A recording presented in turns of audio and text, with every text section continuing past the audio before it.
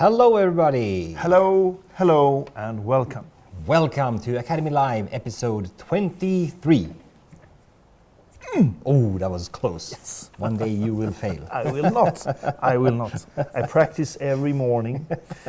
I can do 23 now. Ooh, that's nice. Yeah. Today's topic, we want you to ask questions, of course, and we will respond to them, and we will have a short question and answer session with David, and basically me being a little bit curious about David.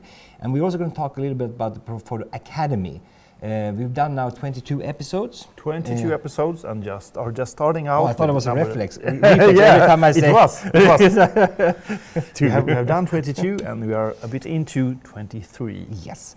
So we wanted to recap and talk a little bit about the Profoto Academy and what one can expect in there, and I also have a little bit of a surprise for you guys, our loyal viewers, at the end of this. Or you do? Yeah, close to the end there will be a nice surprise for all our loyal viewers. We want to reward you guys as well. So we'll do that, and that's kind of the agenda. So the agenda will also be steered from here, depending on the questions. We have a lot of highs and hey-heys and holas, and we have several Brendas here today. That's interesting. We have Australia here again. Hello. And we have Renee is on a B10 event today. Renee is in Denmark, if I'm not completely wrong, and then probably he's at one of our dealers and looking at the B10. So that's nice, and so do ask questions over here, and we will get to those. There was something I wanted to comment here, but I forgot it. Anyway, I'm sure it will come back. So today I'll start talking about, first of all, why you are here.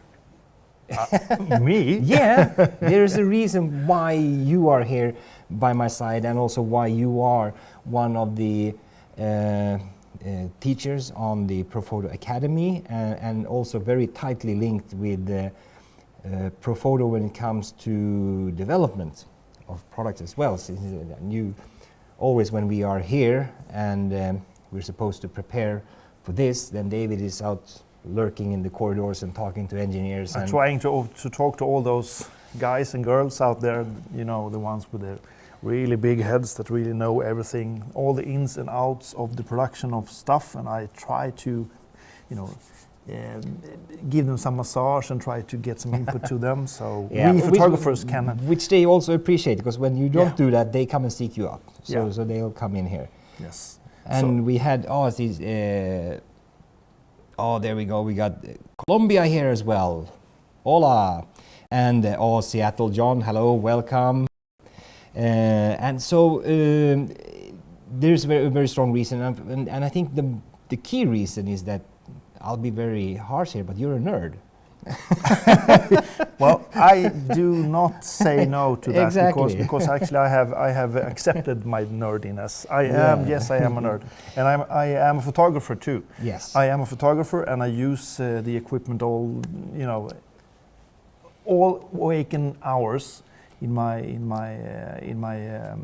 work, and that is why I find this place when I come here to be so interesting, because, as I said earlier, I meet all the the research people and the development guys and girls. There's so much fun going on, and I'm trying to put in all my needs and wishes and try to really make things happen. I do not know, because we have so long development time period, but it's a super cool place to be in. So thank you for letting me in here. Yeah, and you are a nerd in a way that you, wherever, I mean, you think about light 24/7. Yes, I do. I have actually. It sounds like a cliche, but you really do. That's kind of disturbing in one way. And for me, it's kind of disturbing that normal people don't actually, because I'm always trying to talk about light with people, and they find it kind of nerdy. Yeah. That is why I like to be close to you because you I'm also nerdy. Yeah, exactly. I'm also a nerd, yeah. So I am absolutely a light nerd. I love to talk about light in all aspects and really, really deep and not so deep. I love to talk about light in all aspects and with all kinds of people actually.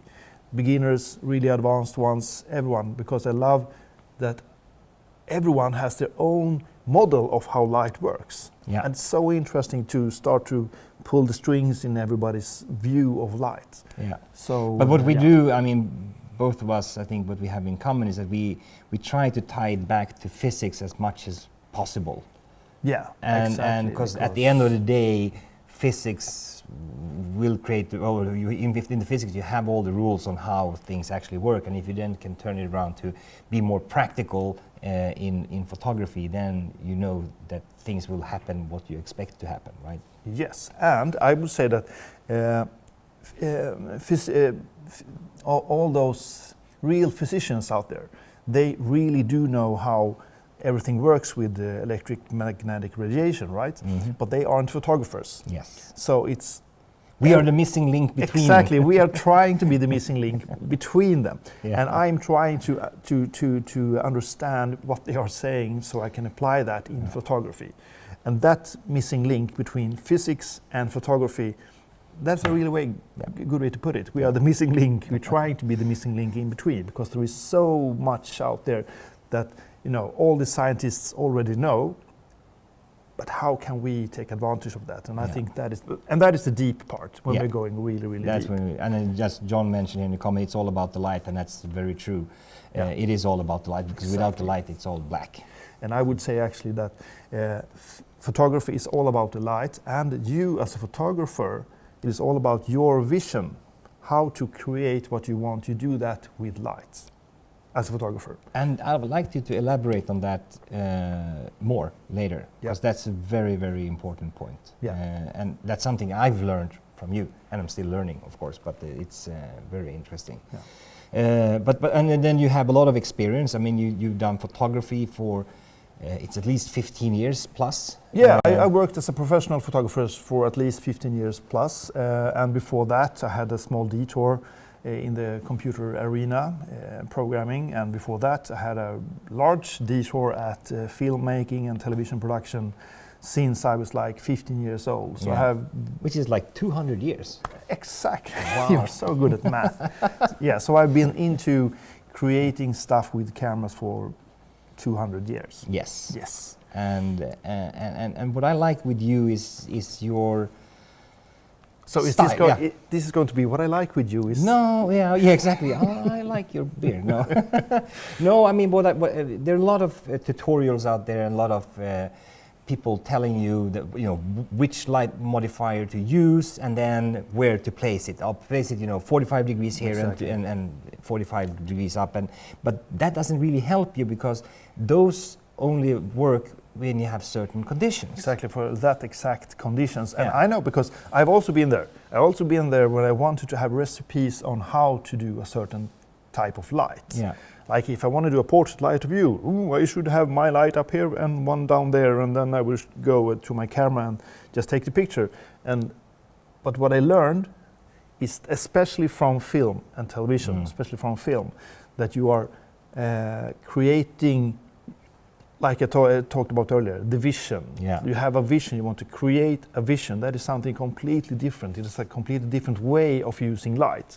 Yeah. It's like more like an artist with a paintbrush that paints light. And that is the way I teach light. Yeah. And to do that, you need to know how to control light. And recipes can work if you are in a controlled environment like this studio. Yeah. We can close down all the lights and make everything pitch black, and then you can, if you have exact distance to the subject and so forth, then a recipe can work. But quite often you are out at the company shooting, or you're on a different location, and that's where you try to talk about not only what and how to place things, but also why and what happens. Yeah. Because if you understand the kind of the why, then you can change the parameters and get the light effect that you actually want. Exactly. I always say that it's really easy to know how you do stuff. How do I create a shadow? How do I make that background blue or whatever? The how is easy.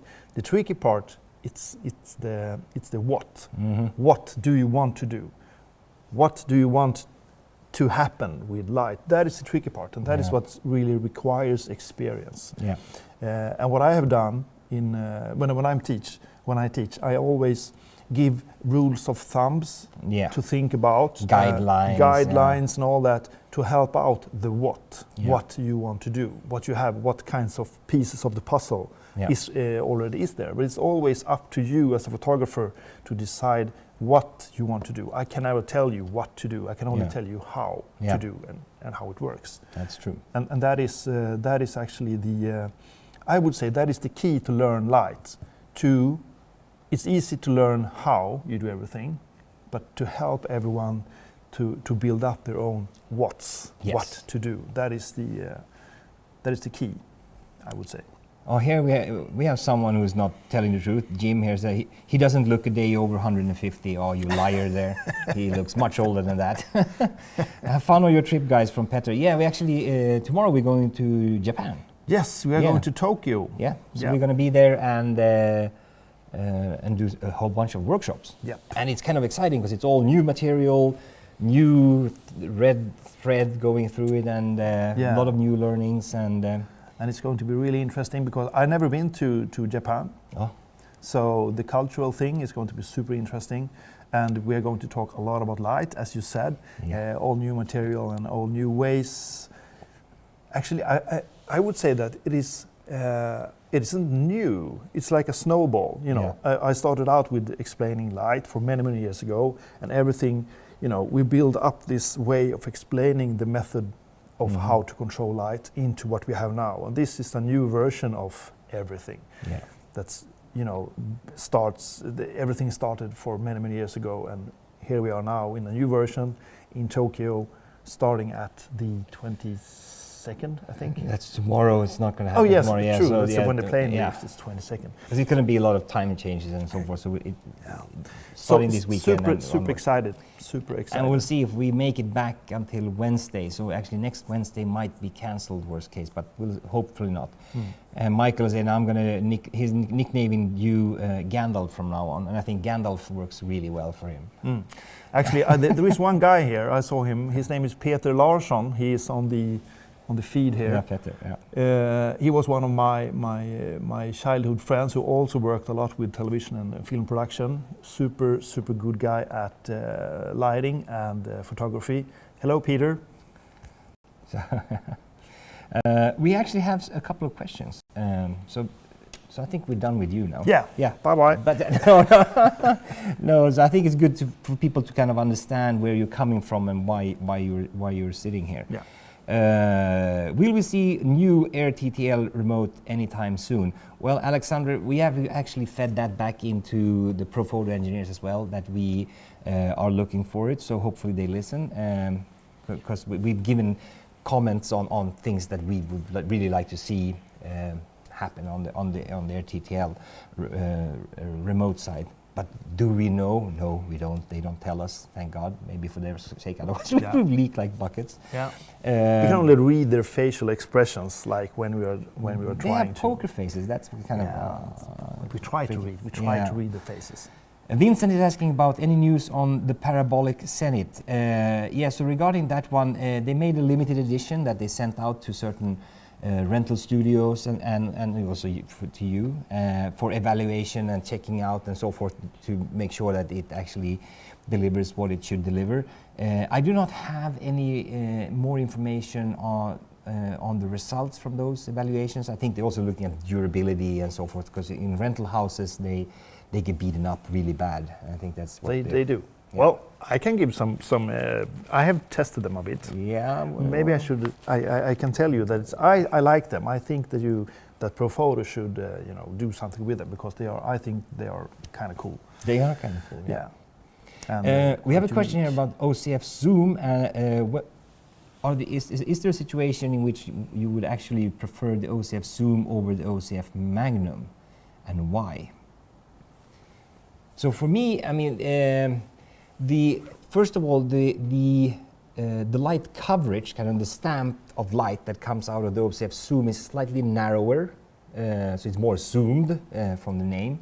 Hence, it should be even more, give more brightness, right? More photons, or is it the Magnum who? Magnum has even more. Okay. Yeah, so the zoom gives you it doubles the power. Yeah. So if you have a B10 with 250, so it equals about 500. So it's about 1 f-stop more. And the Magnum is 2 f-stops more.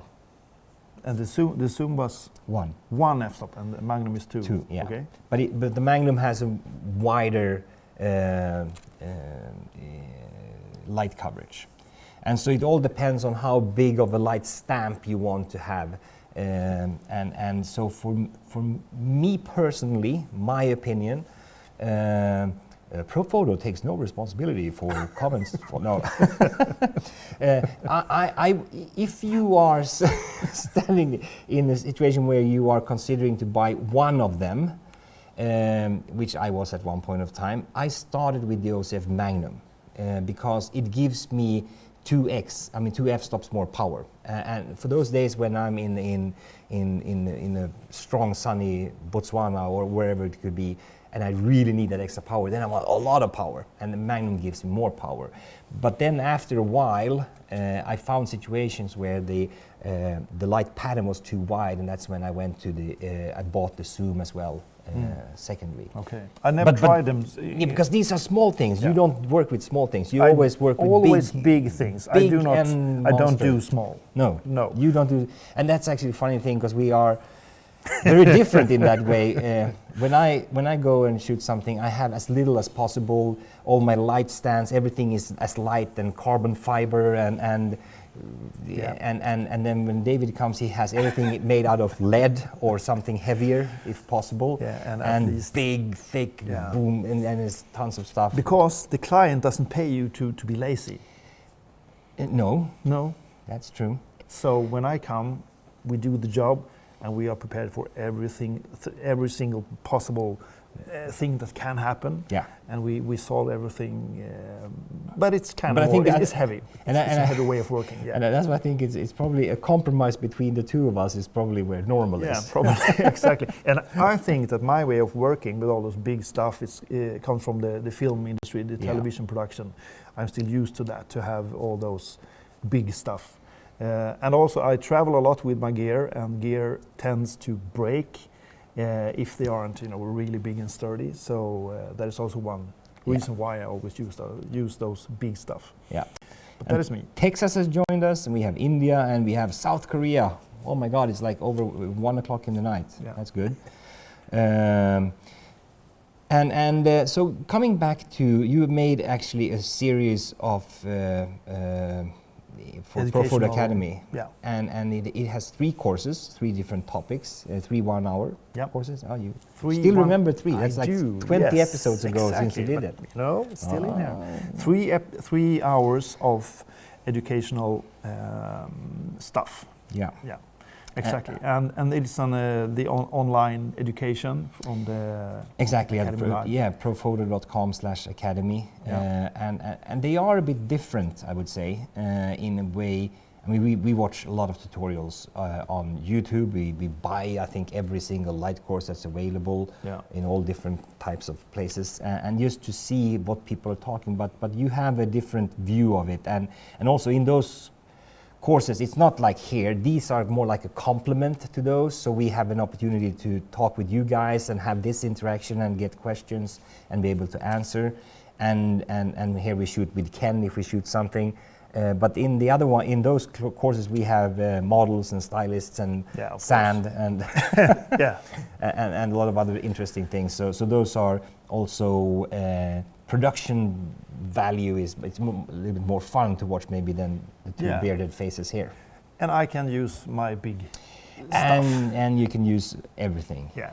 And I think actually it's really fun to see behind the scenes, to see how we work, how I do my stuff, how everybody, in the whole project have their different areas of responsibility and such. And I think that's, when we are sitting here talking about how light works, that could also be, of course, be interesting and inspiring. But I think it's even more inspiring to really see it in action, as we do in the series. That's true, because in the first course, how to mix ambient light with flash, we go through some of the learnings of them, how to create perfect shooting conditions. Exactly. So how you come to a place, okay, what can I change and how do I make sure that I have good shooting conditions? Exactly, and what are good shooting conditions? Really important to yeah. know. And when you know what a good shooting conditions are, then you know what to strive for. Then you know how to set your camera and how to plan your lighting and everything. Everything boils down to creating perfect shooting conditions. And once you know it, it's not that hard. Exactly. That was my learning. Yeah. That once I knew it, oh, okay, why haven't I done that before? Yeah, so it's like a procedure Yeah. that I find that I do all the time. Yeah. And I mean, it is easy and it goes like that, and then boom. Yeah, it's a lot just a easier way to of- work. of- You can yeah. focus on other things. just a way of thinking. And you also you expose, look at how do you expose for the background with different tricks in the camera to make sure that you get the also good conditions. Exactly, and know how, why you light something in a way, Yeah. using the background to understand why I should light you in this or that way. That helps you really in the creative process to know what to do. I've talked about the what's, Yeah. the hows and the what's, and that is a really helpful thing for the what's. Yeah. Why should I light you from this or that direction? And all those kind of questions that might pop up. And yeah, exactly. How do you read or assess the light? And we can show one of the pictures that we actually do create is this one. This is the stunt actor Madeleine Bayer. She was an actor in Wonder Woman. Yeah, she was an actor in Wonder Woman, and I think she is in Wonder Woman 2.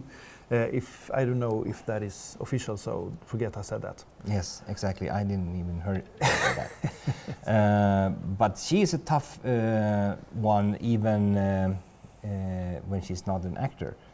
She's an old Thai fighter, Thai boxing fighter, and she's now a stunt actor as well.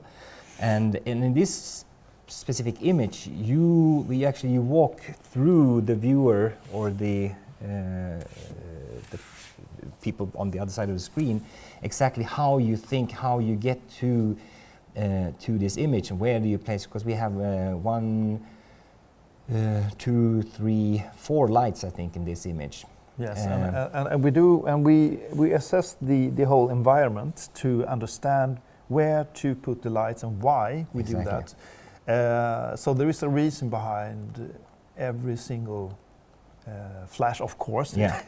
But there is a reason, and that is due to the background and what we are seeing in the image and what we want to pretend happening outside of the image. Yeah, and you literally walk through step by step, which I think is really interesting and very good. So here we got more questions. Would love something between the B2 and Pro 10. Maybe 500 watt, 1000 watt portable battery pack system, missing a lightweight and more powerful battery head pack setup, and not a heavy monoblock or a huge. I think there are quite a lot of people that are missing that. Italy, what do we think about LED technology to replace the old lamp for the flash of the future? Yeah,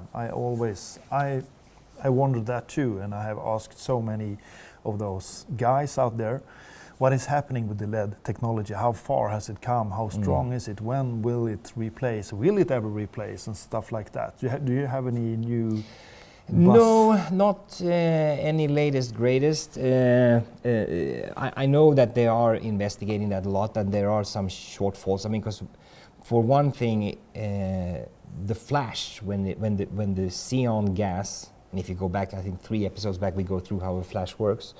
The plasma, which is like, I don't know how many thousand degrees hot, but the plasma, it gives you so much light, but for a very, very, very, very short period of time. So it actually, you get a lot of light, but for a short period of time. But with the LEDs, they are on constantly, and it's really hard to get that much light, because even we say that LEDs are not hot, they're cold and so forth. But if you keep them on and at that same amount of light, they are so hot. I mean, they are, it would be... So it's a heat distribution as thing well. there. So I'm wondering if LED technology will ever get up to those power levels. I hope, because... It's a really smooth way of, battery-wise and so forth. But since they are continuous, we'll see. But I know there's so many companies looking into that. Yeah. The future will tell. Yeah, but then also in combination with that, the cameras are getting better, the sensors are getting more sensitive, so you can bump up the ISO. Of course, but the sun is always as bright as it is, so you still have the thing to compete with. So I also want stronger LED. Yes. I do, but I also would love actually to combine a super duper LED. I know that in beamers, I think the word is beamer. Projector beamer. Super modern one have LED, and they can be up to 10,000 ANSI lumen, really powerful. It's still LED, but it's really, they are so big, have so much cooling systems. And you have optics. And you have optics, and I would love to see something in that area. Yeah, and that maybe that's the path forward. Now we're speculating, but having LED combined with optics, that would be so cool. Because then you could really get more power, shape that stamp of light, and more power. That's true. And we have a new person coming to Profoto. Into the they have a lab here, the light lab, and we wanted to take you there one day. But it's always so messy with a lot of stuff, and they're testing a lot of secret stuff, so they never let us in. But there's going to be a new person starting there, and she is a PhD in optics and photonics. Yes. Oh my God, we're going to chew her up and pick her brain every single day. Yep. A PhD in photonics. We can ask all those silly questions that we have, and we have someone to. There's going to be a lot of coffee for her. Yeah, a lot of coffee. Maybe we could invite her here. That would be so cool, actually. That's true. And I could just drop all those really nerdy questions on her in front we of will you put guys. it up a nerd alert for you guys so that you can move on to some other Facebook pages on that episode. Or go out and take images. That's always a good thing to do. Yeah. So here's someone who's planning to shift to Profoto. Shift to Profoto, and budget and portability is a concern. Is it more advisable to invest in two A1s or B10s? Which modifier would be best to start with? It's a question from Amartya in India. Well, I would say that it's all about, in that case, it's all about portability. What do you need in a portability way? A1 or B10? The B10 is really, really small. Yeah. And it fits in your camera bag easily. It fits in your camera bag, exactly. The A1 is also really, really small. Actually, they are kind of the same size. Of course, the A1 is a bit lighter, thinner, and such. The thing you can do with the A1 is you can put it on your camera really easy, and you can use that indirect or direct. So it's two different ways of working. For me, I would go with the B10, because I like to have it off camera. I like to have it in my soft boxes and such. The A1 is a more speedy, more quicker way of working, I would say. Yeah, I have an emergency case, like some people have. Probably in Tokyo, when we go there for the earthquakes, they have a small bag with, some water, underwear, and toothbrush. I have to pack that. Yeah, so you need to have a small emergency pack that if something happens, then you grab it and you run. Mine has light in it, so I have one A1 and one B10 in it. So I have one of each. And that combo I can do almost anything with. Absolutely. It is a very, very powerful combo. So I would say don't go with two A1s or two B10s, go with one of each, because I can use the B10 for, all the big stuff off camera. I can use the A1 to control the lights. And then there's a remote in there as well, actually. So I'm cheating a little bit.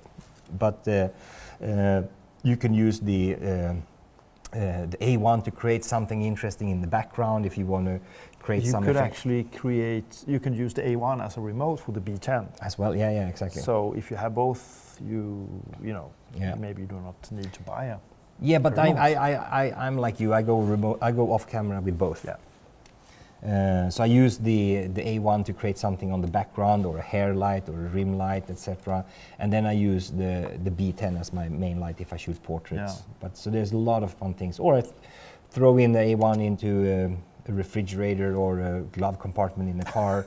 When someone's opening up, then boom, you take a picture and you get light coming out of the refrigerator. So it's a very, very flexible. Yes. And so it's a small bag with those two. Yeah, I think that's a really good tip, both one A1 and one B10. I think still that if I'm doing mainly portraits, like if I do mainly portraits, then I would go for two B10s. If I do mainly let's say weddings, documentary stuff, a lot of that, then I mean the A1 is a killer for that. Yeah. But if you do both, do the Anders emergency bag. Mm-hmm. So how does LED light work as in consideration with the inverse square law? Which one is better to work with, studio flash or LED? Well, the light itself from a LED is the same thing that's going on then from a flash tube. It's light is exactly the same thing.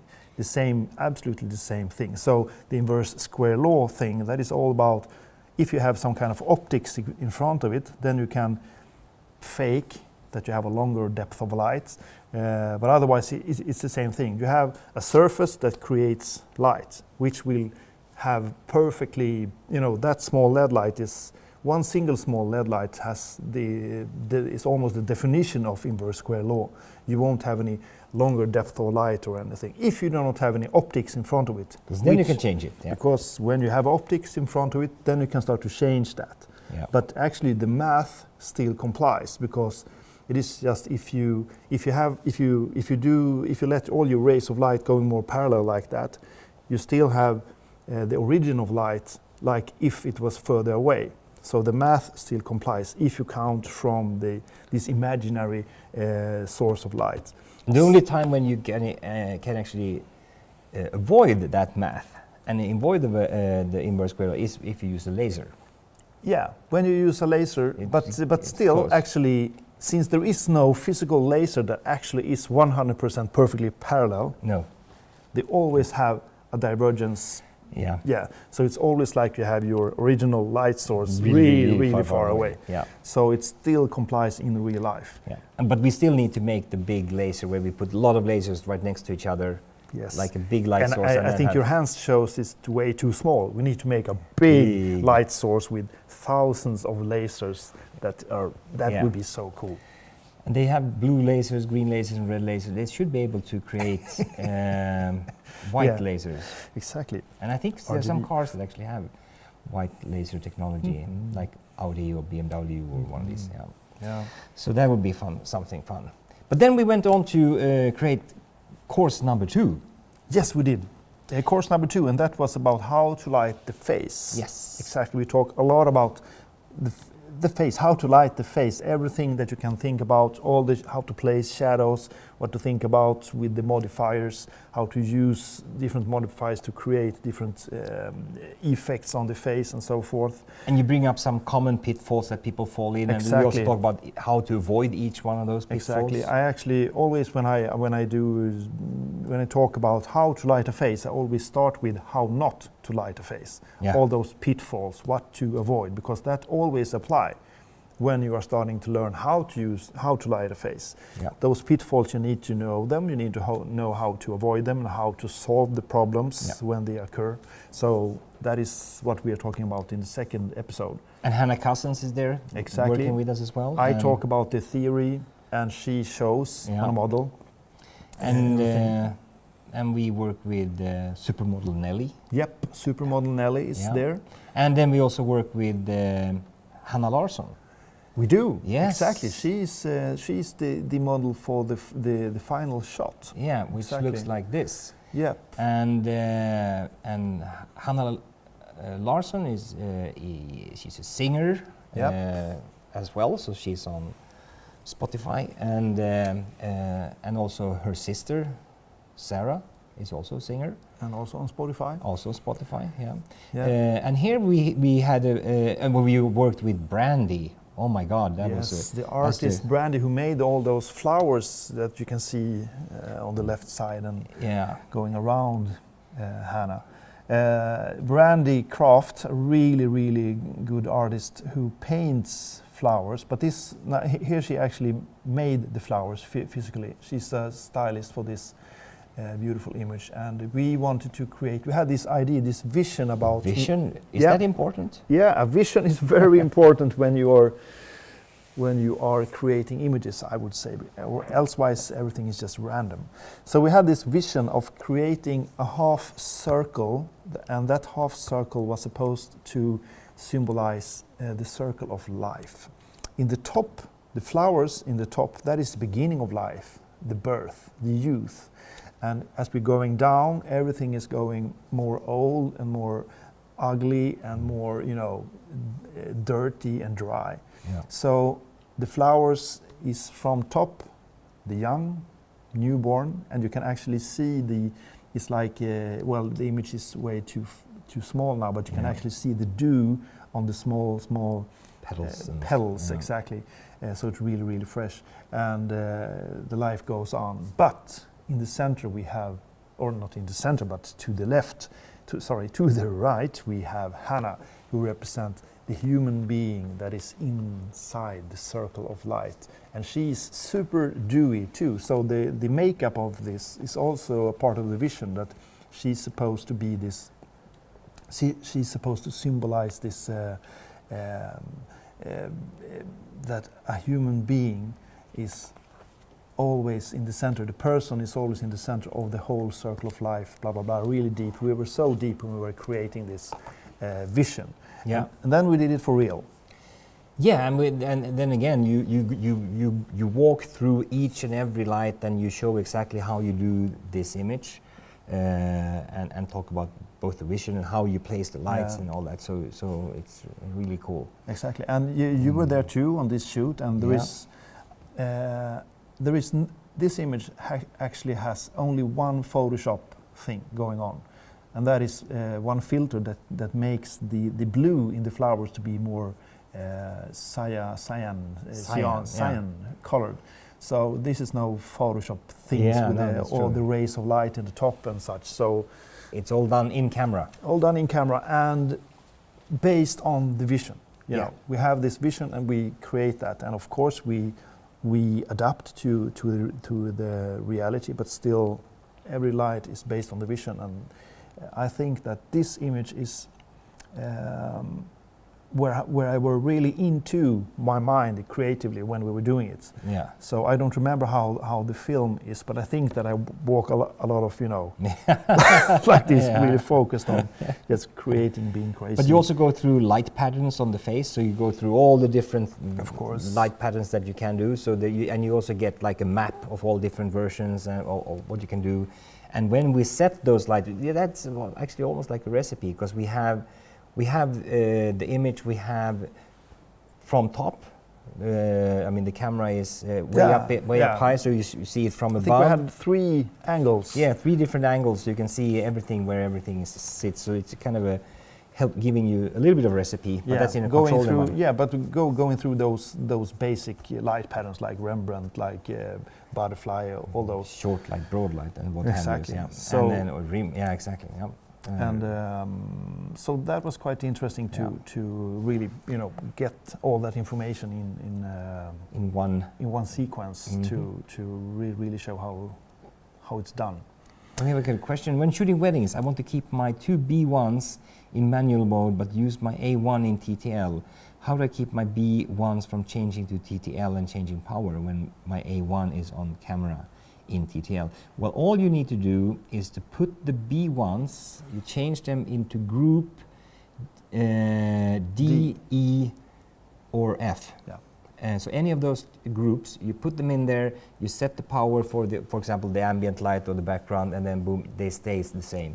And then you can keep your A1 on channel A, B, or C, and use TTL, and then that one will be, as you move and your people on the dance floor, for example, move, the flash power will change, and then the B1s stay the same. Yeah. So that was David asking the question. Oh yeah, I Yeah, thought it was another David Bishop. What? Yeah, David Risso and David Bishop. Yeah. So a short one. The same thing as Anders said. Group A, B, and C, that is for detail. Yeah. And everything above is for. They will be manual. They Yeah. won't be affected by the TTL. Yeah, exactly. And this one is frozen, so we'll see if it pops back. And then the last course we did was number 3. Number 3, course number 3. How to light the background. Exactly, how to light the background. But is that really important? Well, for me, I would say that is the number one most important thing when you want to be creative with light. How to light the background. The background itself, everything starts with the background. Like in the film number 1, number 1 with the exposure. Yeah. Is also the background. The background dictates how you light your subject. So the background is always something you consider. Yeah. And the third film is all about how you light the background. And it sounds kind of boring. I mean, you have a whole course on lighting and background, but I would say that's probably the most important one. It is absolutely the most important part, because how you light the person, of course, that is also important, but you know, there isn't so much creativity going on, because a face you can't do so much with it as you can do with a background, because the background you can create the environment, you can create the mood, you create the time of day, you create everything is done in the background. And you also give a reason for why are you lighting in a specific way. You can create something in the background that will motivate how you have lit the person. And so then it will feel natural. Yeah. That is the secret. And that's also one thing where people talk about, oh, I only shoot with natural light. I'm still waiting for unnatural light. Yeah. I haven't seen that yet, because it's all the same electromagnetic radiation. Exactly. But there are unnatural ways of lighting things. Exactly. And there are actually, nature does stuff that we see all the time. When we walk out, when we wake up in the morning, nature does that. And we can do other things with light, but we can also do what nature does if we know those details. Yeah. And when we do know those details, it's actually not complicated to make light look natural. Yeah, exactly. But you need to know those details. And how to light the background actually is a lot about how to light the background so it looks natural. That is key, I would say, for the whole series. It's not about, you know, making super duper studio flashy light. It's all about making natural looking light in control, when you are in control. That's true. And then we created actually, as the kind of the hero picture of the class, of the course, we did this one with Mikkel as a model, and we wanted to recreate a place called Kolmanskop in Namibia. Yeah, it's a really cool city in Namibia. Before the First World War, this city was a diamond mine, or I think it was a mine at least. They digged for diamonds there, and they found a lot of diamonds. Actually, it was so many diamonds in Kolmanskop that you could actually pick them up from the ground. Yeah, in the beginning, Yeah, so they found like 1 ton of diamonds there. Which is 1,000 kilograms, which is a gazillion pounds, or... And it's, so this place was actually the most... wealthy the most city. Wealthy city in the world at that time. And one day, all the diamonds were, they were gone. Yeah. They ran out of diamonds. So everybody moved away from there just overnight. Boom. And left is the city, and it's struggling with the sandstorms, and it's so much sand in this abandoned city. So the houses are filled with sand, and in this image, we try to recreate this one of the houses, and this guy who is dropping the sand there, we're pretending that he's like a nephew or grandson of a diamond digger, and he's there to try to find some diamonds or something like that.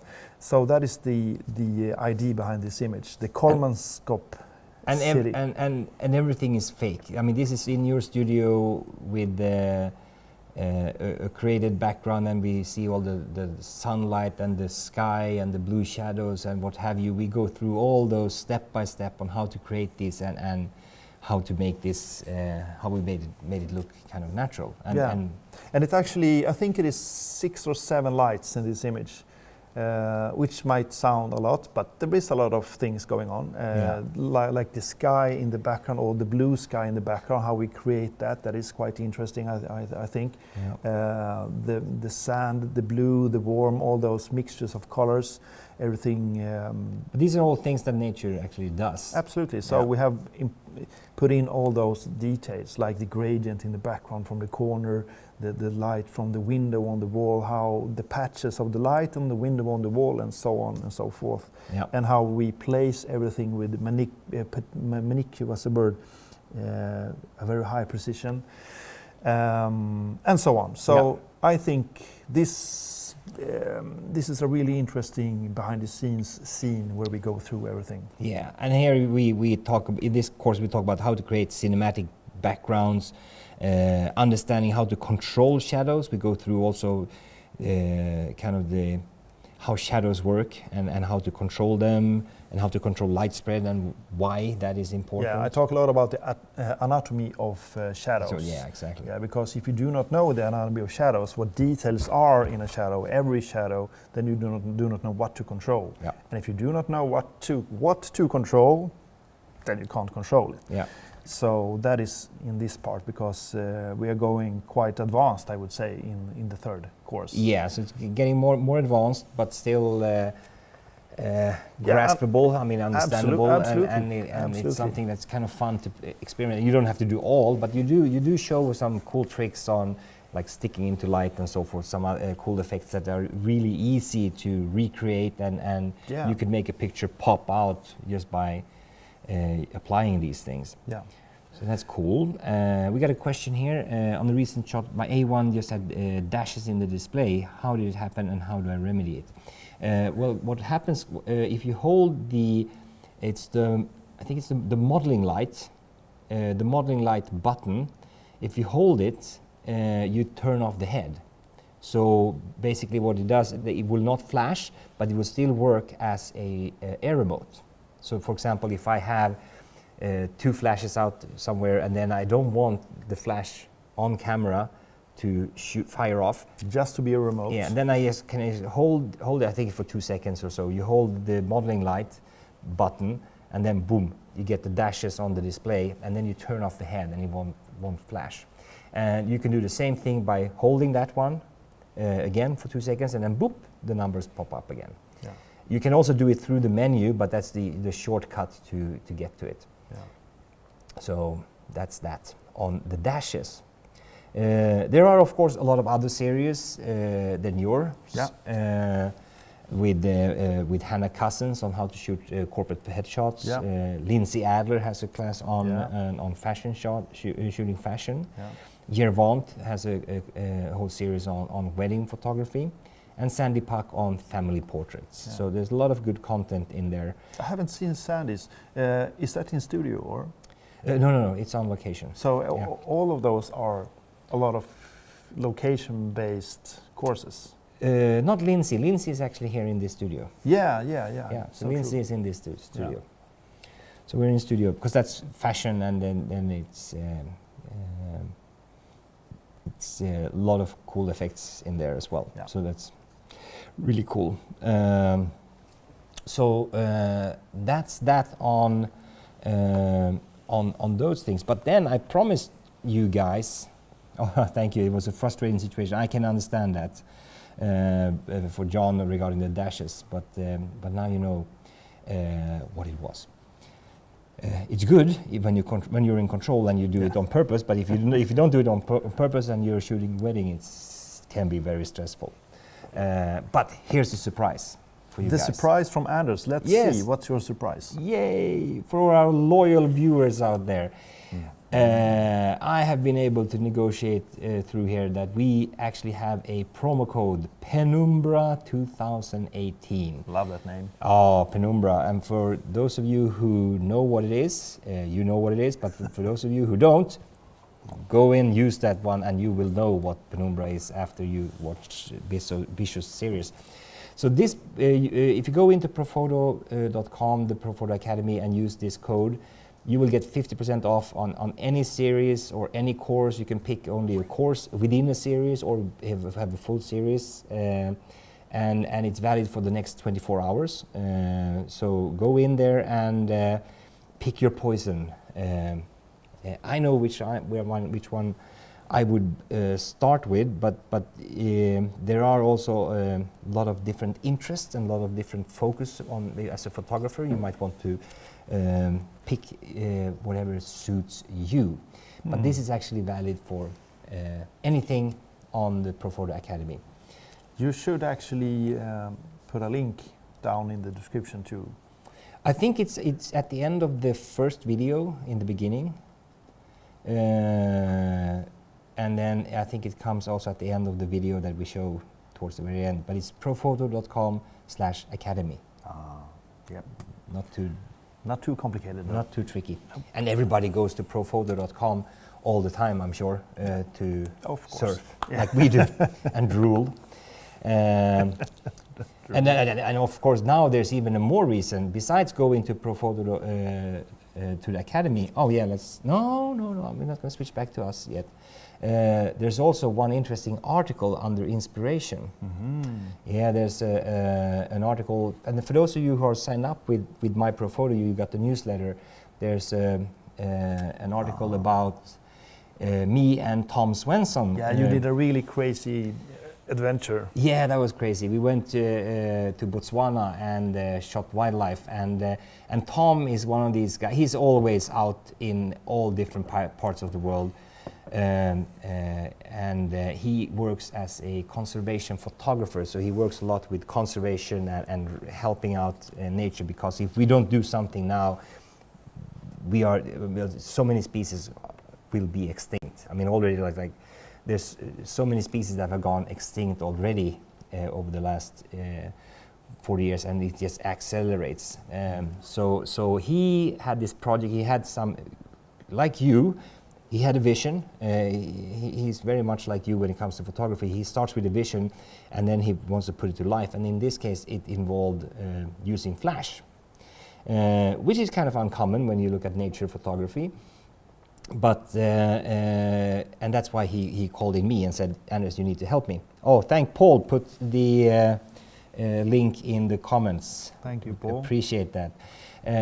So he brought you to Botswana. Correct. Have you ever been to Botswana or that kind of wildlife? I've been to a regular zoo where everything is in cages. That's as close to wildlife, or besides you, of course. Yeah. And so it was really scary, and because everything is dangerous and bites, and everything is stronger and faster, and not stronger than faster than Tom, or yes. That is why he brought you. Yeah, yeah. I'm slightly slower than him. That's all you need. One slower person. Yeah, and then you're good to go. And then I thought, okay, great, we go to like a conservation or like one of these game reserves or a park where the animals are habitated, they're used to jeeps and people, so you can. Yeah. But no, we had to go in the middle of some crazy bush where the animals were with the real wild. Yeah, animals. He has this principle. He doesn't want to cheat. He really wants to show animals in their real habitat and how they act and so forth.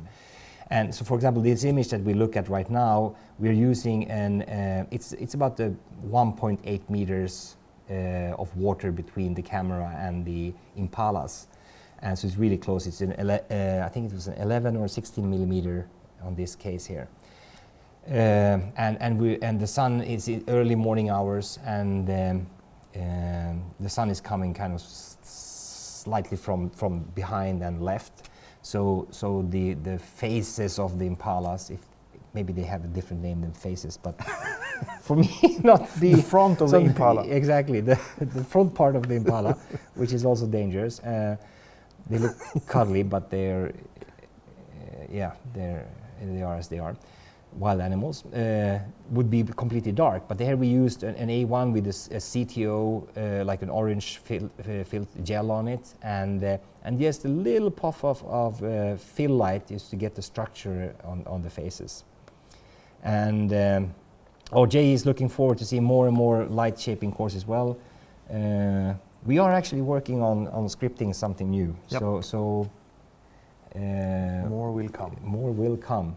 But the key thing was we really wanted to go out and work during the night and capture elusive animals that you normally don't see during night. Okay, so your plan was to go in the night by all those really wild animals. Exactly. Oh, yeah. that sounds just something you would so love to do. we slept during the day and then we worked during the night. And Botswana during the day is lovely, 35, 40 degrees, warm and cozy. But during the night it's 5 degrees Celsius, which is really cold, and I wasn't really prepared for that. So every night I wore every single cloth that I had with me. I wore all the clothes I had. And I suppose that Tom was like laughing at you, and he laughed a lot all the time, yeah. And but we had a couple of occasions where he did not laugh when we actually got kind of dangerous, where he was uncomfortable when we had two male lions coming way too close. Or they thought that we were at their water hole, and we had nothing to do there, which was true. So they kind of wanted to get rid of us. But still, Tom was safe because you were with him. Yeah, exactly. And so here we have the two examples of some of the images that we took, where we had Tom had the camera on the 20-second exposure time, so the shutter speed is 20 seconds, and then we use the flash, actually A1 in both cases here, and just give a little puff of light and freeze the animal, and then the camera continues to expose for the night sky. Yeah. Really nice. Yeah, so it's a bit different, and also these are again taken with an 11 millimeters. So if you have an 11 millimeter camera and you see a hyena that close, then you know he's really close. I mean, he's almost up right by the camera, and then you have the leopard who's drinking water. He's about 1.8, 2 meters, so somewhere 6-7 feet away from the camera and the flash. And again here as well, a CTO on the flash on the leopard, just to make it kind of look natural and not too flashy. So did you have the flashes on stand or yeah, up in a tree, we're fully equipped by Profoto. They sent us small pixie stands. We had, I mean, everything we could just imagine. And so we were safe in no matter what occasion. We had these really small, lightweight pixie stands. We had nanopole stands, and so we were really helped by. So we could place them wherever we wanted. So we got full flexibility on that. And that cat was actually we got about 4 pictures of him before he was done drinking, and every frame was about 20 seconds. So it's about 1.5 minutes that he was drinking. So he wasn't scared at all of the flashes? He did not react at all. He didn't even flinch. And the same with the hyena. Hyena, well, maybe because they're furious animals, they know that they're not afraid, but they didn't even flinch. I don't know if it's, since the flash is at very low power, we were like power level 2 or 3, just to give a little bit of light. And this is during new moon, so it's pitch black. And they did not react to the flash. And I just gotta ask, did you? I presume that you did test the flash, right? Before, like you were pretending to be a hyena, and Tom was shooting you, so you had the stance of a hyena. Yeah, correct. No, yeah, we did. Yeah, he was really because it's pitch black. You need to. Be as high as a hyena and set the sharpness on the camera, put everything on manual, and then you just keep it there, and then do you have those images when you were doing the hyena stance? They are not official or published, but yes, we do have those. Yeah, I would love to see them. Yeah, one day you might. We'll see. I'm not so gracious as the hyena or the leopard, I can tell you. I look more like a hippo. Yeah, that's the hippo stance. And yeah, which we also got attacked by the way. We had a hippo, or we had a hippo kind of coming around the bush, and then we were on the other side of the bush, and I think both of us, or the 3 of us, me and the hippo and Tom, I think all of us got equally scared, but the reactions were different, because the hippo he started to shit. And I don't know if you see the hippo dump, but for one reason or the other, his tail starts to rotate like a propeller. While he's getting rid of this, and so the shit is flying all over. I think that's a good fertilizer. I mean, he spreads out his actually crap. it should work with the inverse square law. The shit spreads out with the inverse square law. That's true. Yeah. I'll calculate on that one, but right now I didn't really think about the inverse square law when you have. You didn't? No. When you have, and that's actually the animal that kills most people in Africa, and when he's right there in pitch black, dark, no, it's not good, not good at all. But you're here now. I'm happy. I'm here, but and actually Tom just came back as well, but because he right when we came back from that trip, he went. He's always out there, but now he just came back from a suicide mission. He went to South Sudan to save some chimps that had been captured by, I think it was rebel people in South Sudan, and they've taken these as pets. Mm-hmm. So he went down there to take them back. And put them back from the exactly rebels, the dangerous people with guns. Okay, like knock knock knock. Yeah. Can I have your monkeys, please? Or they're not the chimpanzees. So he's crazy. He's crazy, and he will die out there. That's one thing for sure. But he's so passionate about wildlife and so his I think he values the life of the animals more than his own, and he's fearless. Yeah. You should read that article on the Profoto website. Yeah, I admire Tom for his passion. I mean, we're passionate about light, but we never get into kind of like that hazardous situations like he does. But he's fearless. And I'm happy that there are people like that, and there are quite a few of them out there actually. Yeah. So thankfully there is. Exactly. So all you guys, go on to Academy, use Penumbra 2018, the code, and you get 50% off on any course. How do you do 50? Whenever there's a number, you get your 50% going. Yeah. We have Michael questioning about OCF Zoom and OCF Magnum. We did cover that earlier. So when we're done here, you can go back and see that section. It's in the beginning. We actually got that question earlier. And we talked a lot about it. So yes. Please do, because it was, there's because all these episodes stay on Profoto's Facebook, and if you go into videos, you'll find, I think most of them, there might be one or two in the beginning where we had some problems with sound, etc. So that are not up there. But all the others are on Facebook, so you can find and you see all the topics, etc. So anyone else looking up hippos dumping on YouTube? Yeah, exactly. It is a funny view, or a scary one as well. But my reaction was I started to laugh. But I think I was more. Well, I had this little headlamp, but I think it was more fear than anything else that kind of triggered the laugh. So. Did you do any episode? I think you did one episode from.